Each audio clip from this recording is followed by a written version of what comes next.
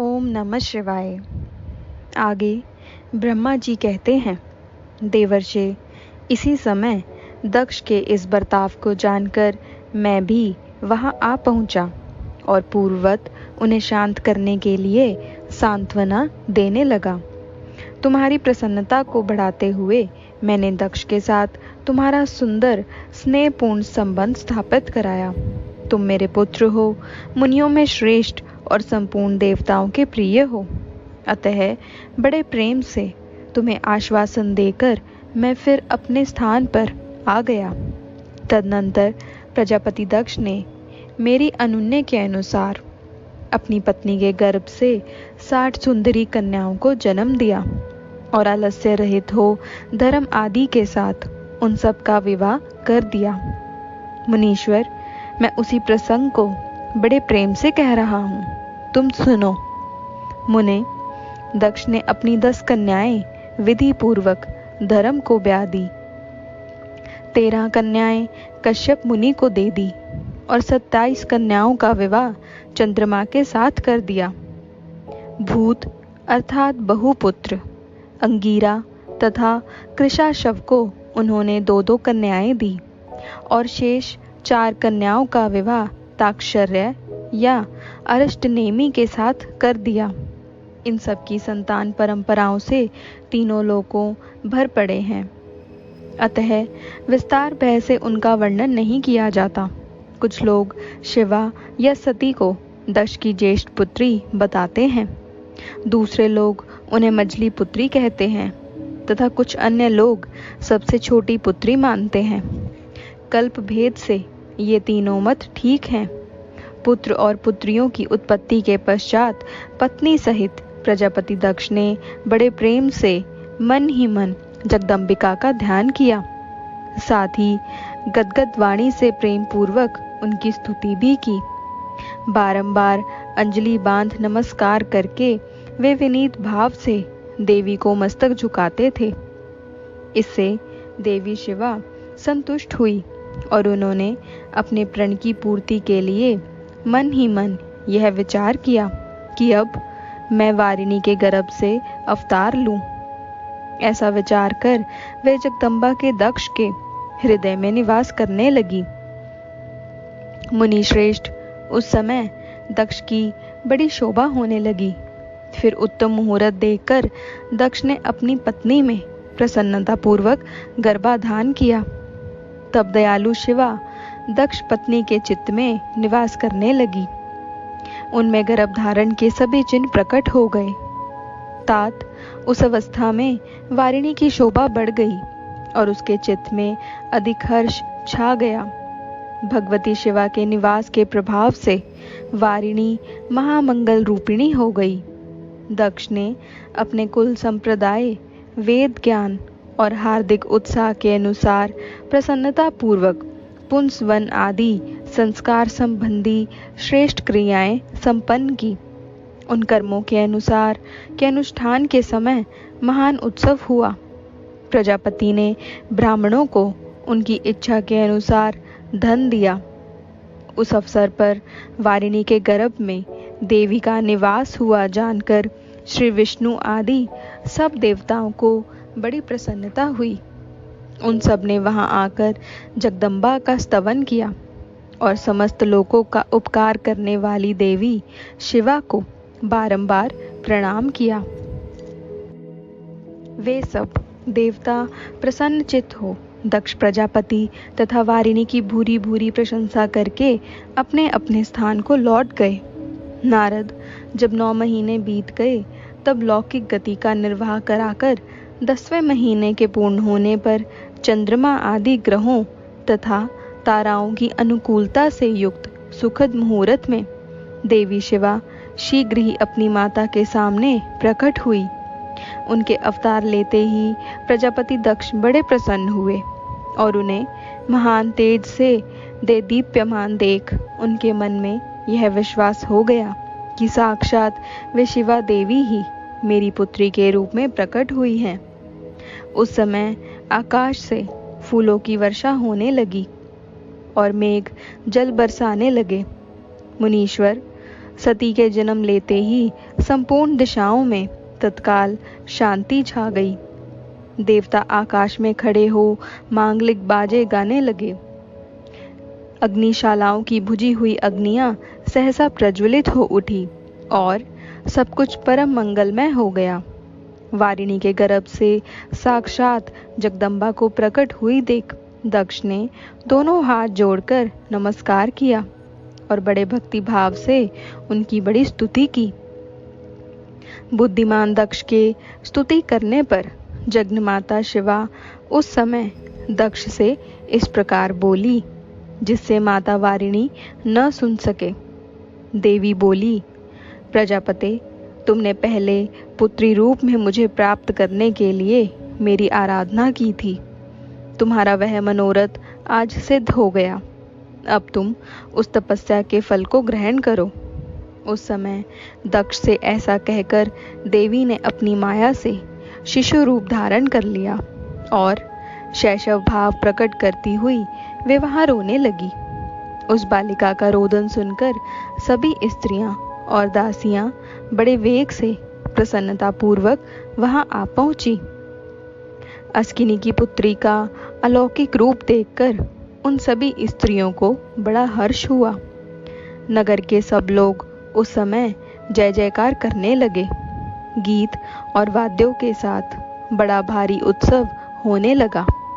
पुत्री का मनोहर मुख देखकर सबको बड़ी ही प्रसन्नता हुई।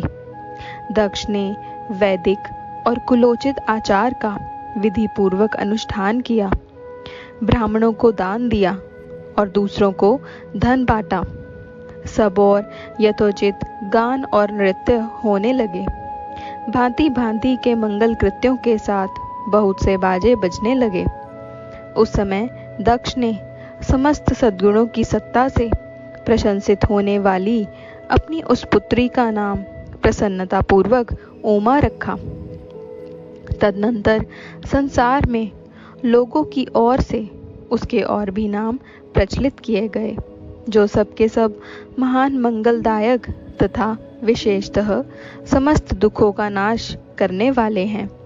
वारिणी और महात्मा दक्ष अपनी पुत्री का पालन करने लगे तथा वह शुक्ल पक्ष की चंद्रकला के समान दिनों दिन बढ़ने लगी। द्विजश्रेष्ठ बाल्यावस्था में भी समस्त उत्तमोत्तम गुण उसमें उसी तरह प्रवेश करने लगे, जैसे शुक्ल पक्ष के बाल चंद्रमा में भी समस्त मनोहारिणी कलाएं प्रविष्ट हो जाती हैं। दक्ष कन्या सती सखियों के बीच बैठी बैठी जब अपने भाव में निमग्न होती थी, तब बारंबार भगवान शिव की मूर्ति को चित्रित करने लगती थी। मंगलमयी सती जब बाल्योचित सुंदर गीत गाती, तब स्थाणु, हर एवं रुद्र नाम लेकर स्मर शत्रु शिव का स्मरण किया करती थी। आगे ब्रह्मा जी कहते हैं, नारद, एक दिन मैंने तुम्हारे साथ जाकर पिता के पास खड़ी हुई सती को देखा। वह तीनों लोगों की सारभूता सुंदरी थी। उसके पिता ने मुझे नमस्कार करके तुम्हारा भी सत्कार किया। यह देख लोक लीला का अनुसरण करने वाली सती ने भक्ति और प्रसन्नता के साथ मुझको और तुमको भी प्रणाम किया। नारद, तदनंतर सती की ओर देखते हुए हम और तुम दक्ष के दिए हुए शुभ आसन पर बैठ गए। तत्पश्चात मैंने उस विनयशाली बालिका से कहा, सती, जो केवल तुम्हें ही चाहते हैं और तुम्हारे मन में भी एकमात्र जिनकी ही कामना है, उन्हीं सर्वज्ञ जगदीश्वर महादेव जी को तुम पति रूप में प्राप्त करो। शुभ है जो तुम्हारे सिवा दूसरी किसी स्त्री को पत्नी रूप में न तो ग्रहण कर सके हैं, न करते हैं और न भविष्य में ही ग्रहण करेंगे। वे ही भगवान शिव तुम्हारे पति हों। वे तुम्हारे ही योग्य हैं, दूसरे के नहीं। नारद, सती से ऐसा कहकर मैं दक्ष के घर में देर तक ठहरा रहा। फिर उनसे विदा ले मैं और तुम दोनों अपने अपने स्थान को चले आए। मेरी बात को सुनकर दक्ष को बड़ी प्रसन्नता हुई। उनकी सारी मानसिक चिंता दूर हो गई और उन्होंने अपनी पुत्री को परमेश्वरी समझकर गोद में उठा लिया। इस प्रकार कुमारोचित सुंदर लीला विहारों से सुशोभित होती हुई भक्त वत्सला सती, जो स्वेच्छा से मानव रूप धारण करके प्रकट हुई थी, कुमारावस्था पार कर गई। बाल्यावस्था बिताकर किंचित युवावस्था को प्राप्त हुई सती अत्यंत तेज एवं शोभा से संपन्न हो संपूर्ण अंगों से मनोहर दिखाई देने लगी। लोकेश दक्ष ने देखा कि सती के शरीर में युवावस्था के लक्षण प्रकट होने लगे हैं। तब उनके मन में यह चिंता हुई कि मैं महादेव जी के साथ इनका विवाह कैसे करूं। सती स्वयं भी महादेव जी को पाने की प्रतिदिन अभिलाषा रखती थी। अतः पिता के मनोभाव को समझकर वे माता के निकट गई। विशाल बुद्धि वाली सती रूपिणी परमेश्वरी शिवा ने अपनी माता वारिणी से भगवान शंकर की प्रसन्नता के निमित्त तपस्या करने के लिए आज्ञा मांगी। माता की आज्ञा मिल गई। अतः दृढ़तापूर्वक व्रत का पालन करने वाली सती ने महेश्वर को पति रूप में प्राप्त करने के लिए अपने घर पर ही उनकी आराधना आरंभ की। अश्विन मास में नंदा तिथियों में उन्होंने भक्ति पूर्वक गुड़, भात, नमक चढ़ाकर भगवान शिव का पूजन किया और उन्हें नमस्कार करके उसी नियम के साथ उस मास को व्यतीत किया।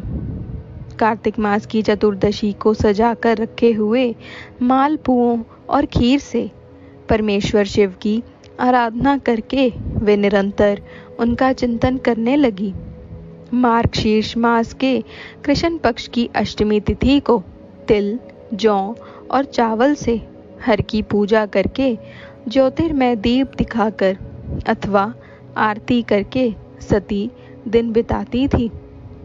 पौष मास के शुक्ल पक्ष की सप्तमी को रात भर जागरण करके प्रातःकाल खिचड़ी का नैवेद्य लगा वे शिव की पूजा करती थी।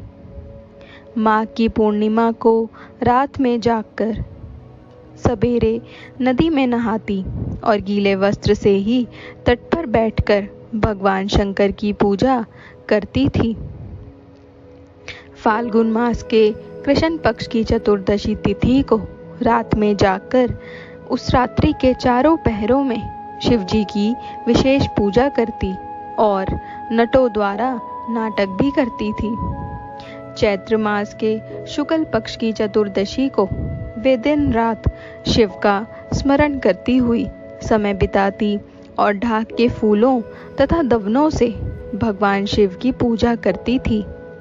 वैशाख शुक्ला तृतीया को सती तिल का आहार करके रहती और नए जौ के भात से रुद्रदेव की पूजा करके उस महीने को बिताती थी। ज्येष्ठ की पूर्णिमा को रात में सुंदर वस्त्रों तथा भटक कटैया के फूलों से शंकर जी की पूजा करके वे निराहार रहकर ही वह मास व्यतीत करती थी।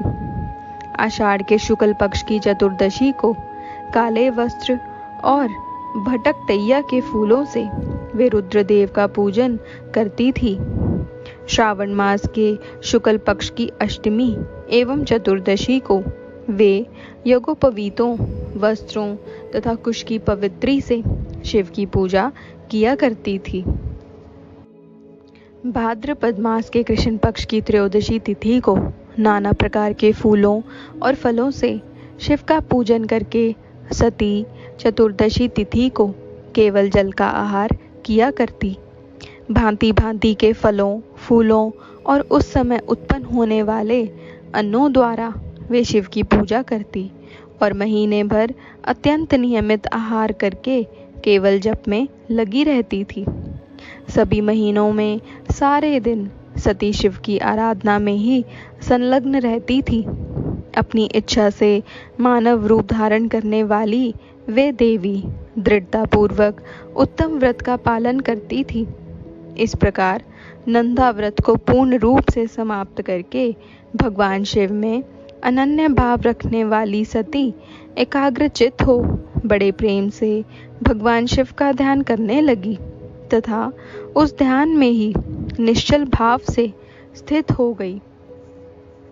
मुने, इसी समय सब देवता और ऋषि भगवान विष्णु और मुझको आगे करके सती की तपस्या देखने के लिए गए। वहां आकर देवताओं ने देखा सती मूर्तिमती दूसरी सिद्धि के समान जान पड़ती है। वे भगवान शिव के ध्यान में निमग्न हो उस समय सिद्धावस्था को पहुंच गई थी। समस्त देवताओं ने बड़ी प्रसन्नता के साथ वहां दोनों हाथ जोड़कर सती को नमस्कार किया। मुनियों ने मस्तक झुकाए तथा श्रीहरि आदि के मन में प्रीति उमड़ आई। श्री विष्णु आदि सब देवता और मुनि आश्चर्यचकित हो सती देवी की तपस्या की भूरी भूरी प्रशंसा करने लगे।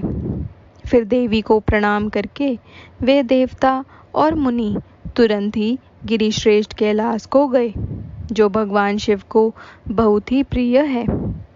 सावित्री के साथ मैं और लक्ष्मी के साथ भगवान वासुदेव भी प्रसन्नता पूर्वक महादेव जी के निकट गए। वहां जाकर भगवान शिव को देखते ही बड़े वेग से प्रणाम करके सब देवताओं ने दोनों हाथ जोड़ विनीत भाव से नाना प्रकार के स्तोत्रों द्वारा उनकी स्तुति करके अंत में कहा, प्रभु, आपकी सत्व, रज और तम नामक जो 3 शक्तियां हैं, उनके राग आदि वेग अस्य हैं। वेदत्रिय अथवा लोकत्रिय आपका स्वरूप है। आप शरणागतों के पालक हैं तथा आपकी शक्ति बहुत बड़ी है, उसकी कहीं कोई सीमा नहीं है। आपको नमस्कार है। दुर्गापते, जिनकी इंद्रियां दुष्ट है, वश में नहीं हो पाती, उनके लिए आपकी प्राप्ति का कोई मार्ग सुलभ नहीं है। आप सदा भक्तों के उद्धार में तत्पर रहते हैं।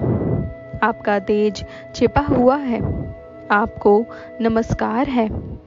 आपकी माया शक्ति रूपा जो अहम बुद्धि है, उससे आत्मा का स्वरूप ढक गया है। अतएव यह मूढ़ बुद्धि जीव अपने स्वरूप को नहीं जान पाता।